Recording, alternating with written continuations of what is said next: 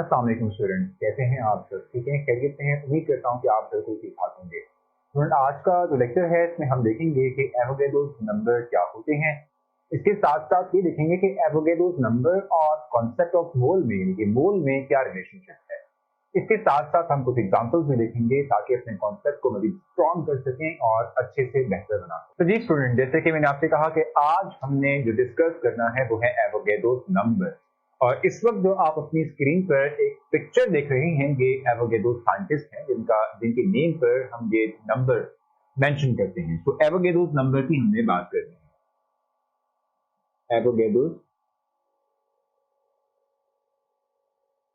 Number, देखिए अगर हम बात करें एटम की, हम जानते हैं कि एटम से ही मिलके क्या बनते हैं भाई, मॉलिक्यूल्स बनते हैं, या एटम से ही मिलके फार्मूला यूनिट्स बनते हैं। ठीक है, एक एटम बहुत छोटा पार्टिकल है, उससे मिल जाने के बाद जब मॉलिक्यूल बनता है तो मॉलिक्यूल इटसेल्फ एक छोटा पार्टिकल है, और इसी तरह से हम कहते हैं कि फार्मूला यूनिट जो है वो भी एक छोटा पार्टिकल ही है।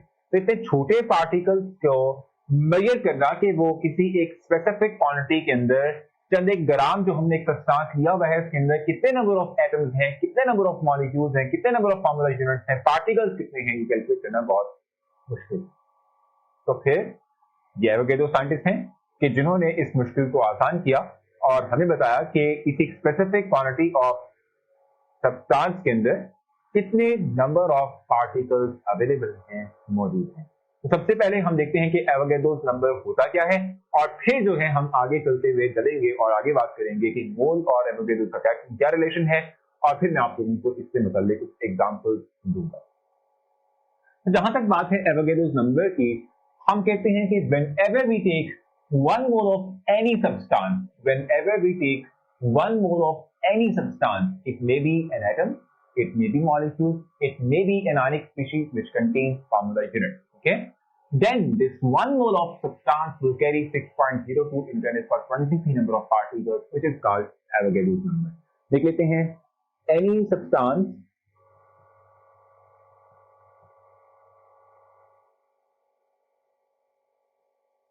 which is 1 mole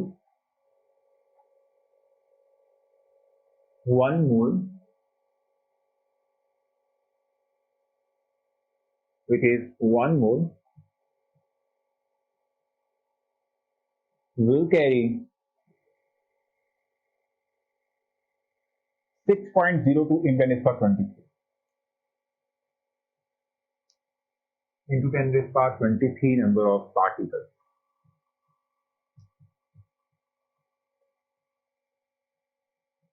Number of particles, which is called Avogadro's number. Avogadro's number.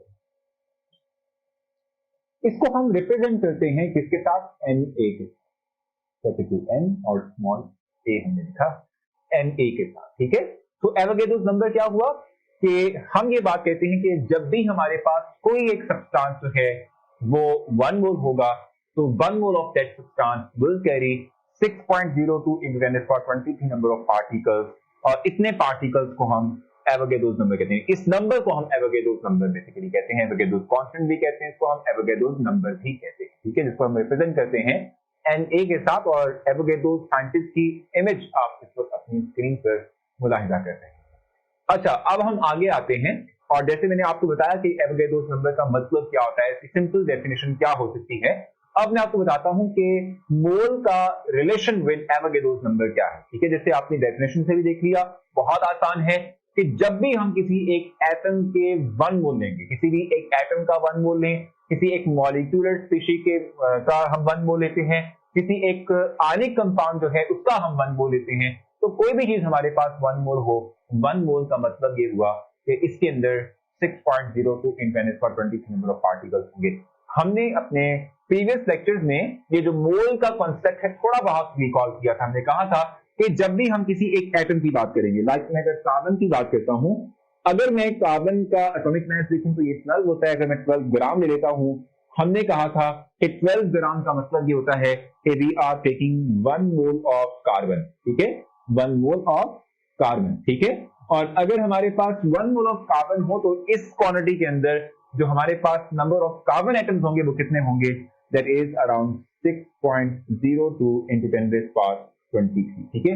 इतने नंबर ऑफ एटम्स जो है ये कार्बन कैरी करेगा जब हमारे पास क्या होगा कि 1 मोल ऑफ कार्बन मौजूद होगा, यानी कि 12 ग्राम ऑफ कार्बन हम लेंगे, ठीक है। इसी तरीके से for example if we are talking about water, ठीक है, तो वाटर की बात करें तो हम जानते हैं कि वाटर का मॉलिक्यूलर मास हमने लास्ट टाइम भी देखा था, ये 18 होता है।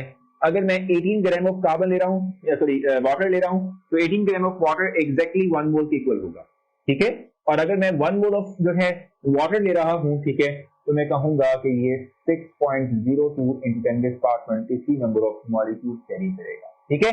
इसी तरह से अगर मैं NaCl की बात कर रहा हूं तो हमने लास्ट टाइम भी इसका फॉर्मूला यूनिट मैथ देखा था, फॉर्मूला मैथ देखा था, ठीक है। NaCl की बात करें, सोडियम का मैथ 23 होता है और क्लोरीन का 35.5 होता है, तो 23 प्लस 35.5 ये हमारे पास आएगा 58.5, ठीक है। और अगर मैं 58.5 ग्राम ले रहा हूं किसके, NaCl के, तो हमारे पास क्या होगा, भी we will have 1 mole of that NaCl, ठीक है, 1 मोल ऑफ NaCl हमारे पास होगा, और 1 मोल ऑफ NaCl के अंदर 6.02 into 10 raised power 23 number of formula unit होंगे, ठीक है। 6.02 into 10 raised power 23 number of formula units होंगे when we take 1 mole of NaCl, it means we are taking 58.5 grams of NaCl।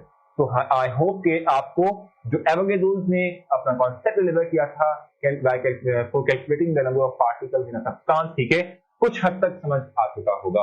मैं चाहूंगा कि हम इससे आगे कुछ और मूव करें, कुछ और एग्जांपल्स लें, ठीक है, और डेफिनेटली इसको थोड़ा सा डिस्कस करें। तो जी स्टूडेंट, अगर आप वाटर पे गौर करें, H2O, अगर हमारे पास वाटर का 1 मोल हो, ठीक है, 1 मोल ऑफ वाटर अगर हम यहां लिख लेते हैं 1 मोल ऑफ वाटर H2O, तो आप गौर करें कि एक वाटर मॉलिक्यूल के अंदर 2 हाइड्रोजन एटम है, एक ऑक्सीजन एटम है, तो हम कह सकते हैं कि 1 mole of water carries 2 mole of hydrogen, 2 mole of hydrogen and 1 mole of oxygen. समझ आ रही है आप लोगों को? अगर आप वाटर पे गौर करें, एक मॉलिक्यूल वाटर का 2 हाइड्रोजन और 1 ऑक्सीजन कैरी कर रहा है, तो चूंकि ये 2 हाइड्रोजन और 1 ऑक्सीजन कैरी कर रहा है तो हम कहेंगे कि ये 1 mole of water 2 moles of hydrogen और 1 मोल ऑफ ऑक्सीजन कैरी करेगा। इसी तरीके से अगर मेरे पास, अब देखें ना, अगर लेट्स सपोज मेरे पास ये 1 मोल है, 1 मोल ऑफ वाटर है, ठीक है, तो 1 मोल ऑफ वाटर कितने पार्टिकल कैरी करेगा, 6.02 into 10 raised power 23। हमने कहा था कि जब भी हमारे पास कोई 1 मोल सब्सटेंस होगा तो वो 6.02 into 10 raised power 23 number of particles carry करेगा, वाटर मॉलिक्यूल्स कैरी करेगा, ठीक है। अब चूंकि वाटर के अंदर 2 जो है मोल है हाइड्रोजन के, तो इट मींस के हाइड्रोजन की कितने एटम्स हुए 1 मोल ऑफ वाटर के अंदर, हम कहेंगे कि जी 2 into 6.02 into 10 raised power 23 number of hydrogen atoms होंगे, 6.02 into 10 raised power 23 number of hydrogen atoms होंगे, 2 टाइम्स ऑफ, ठीक है, 2 मोल्स हमारे पास हाइड्रोजन के। सेम इसी तरह से अगर मैं ऑक्सीजन की बात करता हूं तो क्योंकि ये एक ही मोल है तो ये सिर्फ 6.02 into 10 raised power 23 number of particles he carry कर रहा होगा। इसको समझाने का मकसद क्या था? समझाने का मकसद ये था कि जब भी आपके पास पार्टिकल्स कैलकुलेट करने का क्वेश्चन आ जाए कि आपने पार्टिकल कैलकुलेट करना है, तो आप देखेंगे कि किसी एक सब्सटेंस के नंबर ऑफ मोल्स कितने हैं। अगर 1 मोल है तो 1 mole simply 6.02 into 10 raised power 23 number of particle carry करेगा। अगर कोई सब्सटेंस 1 मोल से ज्यादा है, जैसे कि यहाँ 2 मोल्स ऑफ हाइड्रोजन थे, तो पार्टिकल्स कितने हो गए, 2 times of 6.02 into 10 raised power 23 हो गए। इसका सिंपल फॉर्मूला हम लिख सकते हैं, नंबर ऑफ पार्टिकल अगर हमें कैलकुलेट करना हो, जब भी हमें नंबर ऑफ पार्टिकल कैलकुलेट करना हो, हम करेंगे क्या कि हम नंबर ऑफ मोल्स को